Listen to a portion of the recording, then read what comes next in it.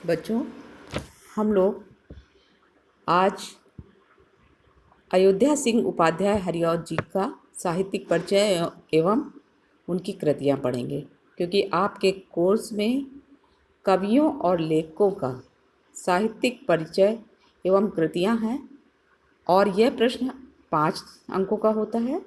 तो आइए इसका साहित्यिक परिचय पढ़ते हैं। हरिऔध जी का जन्म आजमगढ़ जिले के निजामाबाद गांव में सन 1865 ईस्वी में हुआ था। इनके पिता का नाम पंडित भोला सिंह उपाध्याय और माता का नाम रुक्मणी देवी था।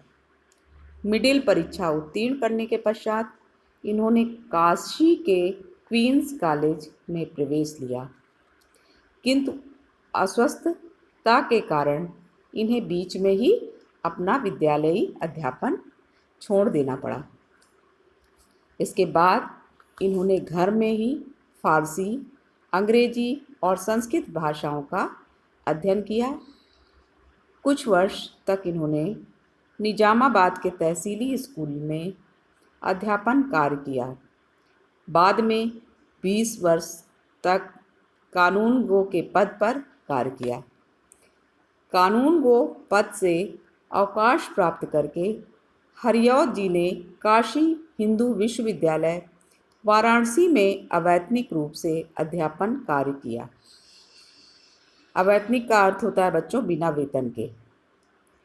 हरिऔध जी के जीवन का उद्देश्य अध्यापन ही था। इनका जीवन सरल, विचार उदार और लक्ष्य महान था। सन 1947 ईस्वी में इन्होंने यश प्राप्त करने के बाद अपना नश्वर शरीर त्याग दिया। हरिऔध जी की प्रमुख रचनाएं इस प्रकार हैं। नाटक के अंतर्गत प्रद्युम्न विजय तथा रुक्मणी परिणय। उपन्यास हरिऔध जी का प्रथम उपन्यास प्रेम कांता है। ठेठ हिंदी का ठाठ और अधिक खिला फूल प्रारंभिक प्रयास की दृष्टि से उल्लेखनीय है।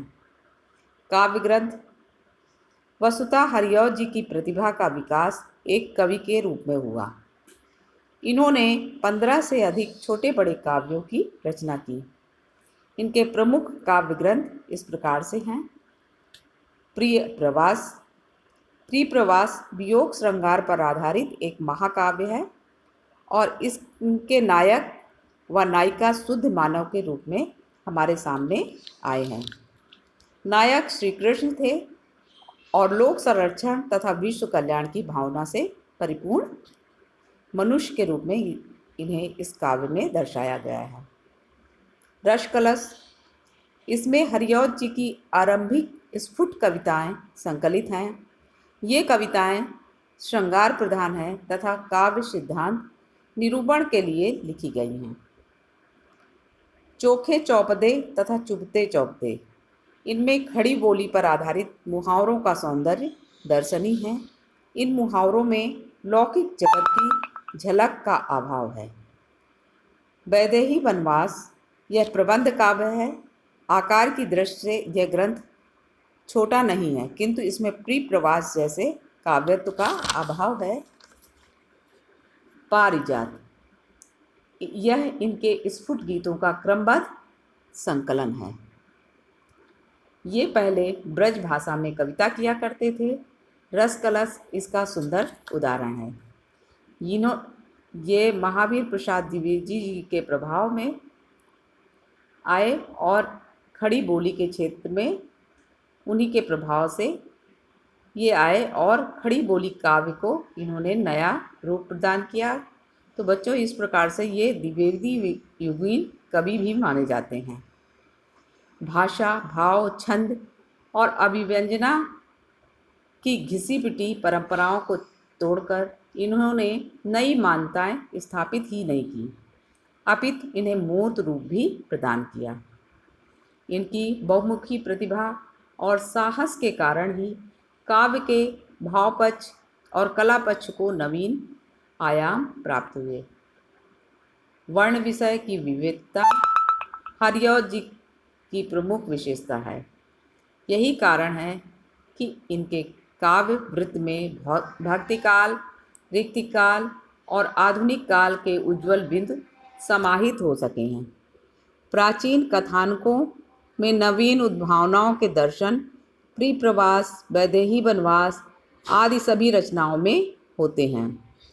ये काव्य के शिव रूप का सदैव ध्यान रखते थे। इसी हेतु इनके राधा कृष्ण, राम सीता भक्तों के भगवान मात्र न होकर जननायक और जनसेवक हैं। प्रकृति के विविध रूपों और इनके प्रकारों का सजीव चित्रण हरिऔध जी की दूसरी विशेषताओं में से एक महत्वपूर्ण विशेषता है। भावुकता के साथ साथ मौलिकता को भी इनके काव्य में की विशेषता कहा जा सकता है। काव्य के क्षेत्र में भाव, भाषा शैली, छंद एवं अलंकारों की दृष्टि से हरिऔध जी की काव्य साधना महान है। हरिऔध जी मूलतः करुण और वात्सल रस के कवि थे। करुण रस को ये प्रधान रस मानते थे और उसकी मार्मिक व्यंजना इनके काव्य में सर्वत्र देखने को मिलती है।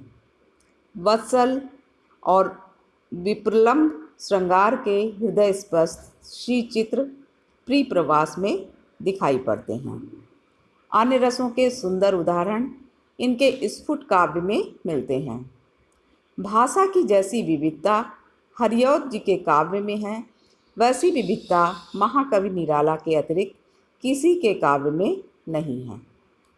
इन्होंने खड़ी बोली व ब्रज भाषा दोनों में ही सरल से सरल तथा जटिल से जटिल भाषा में अपने काव्य की रचना की तथा भाव एवं भाषा दोनों ही क्षेत्र में विलक्षण प्रयोग किए।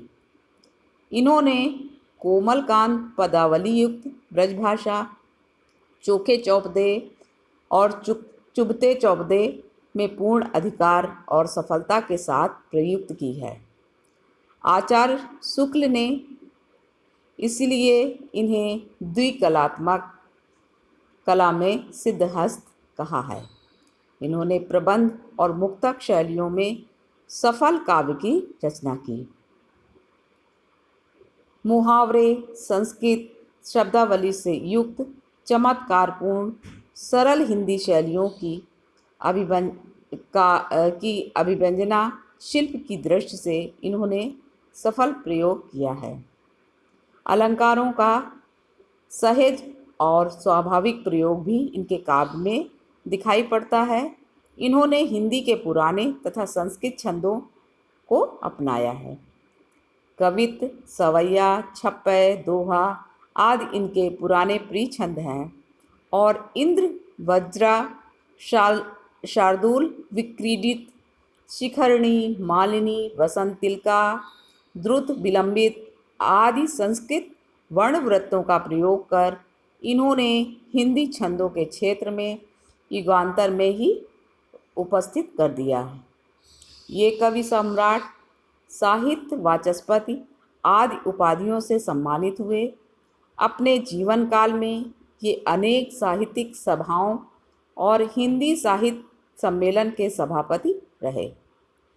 हरिऔध जी की साहित्यिक सेवाओं का ऐतिहासिक महत्व है।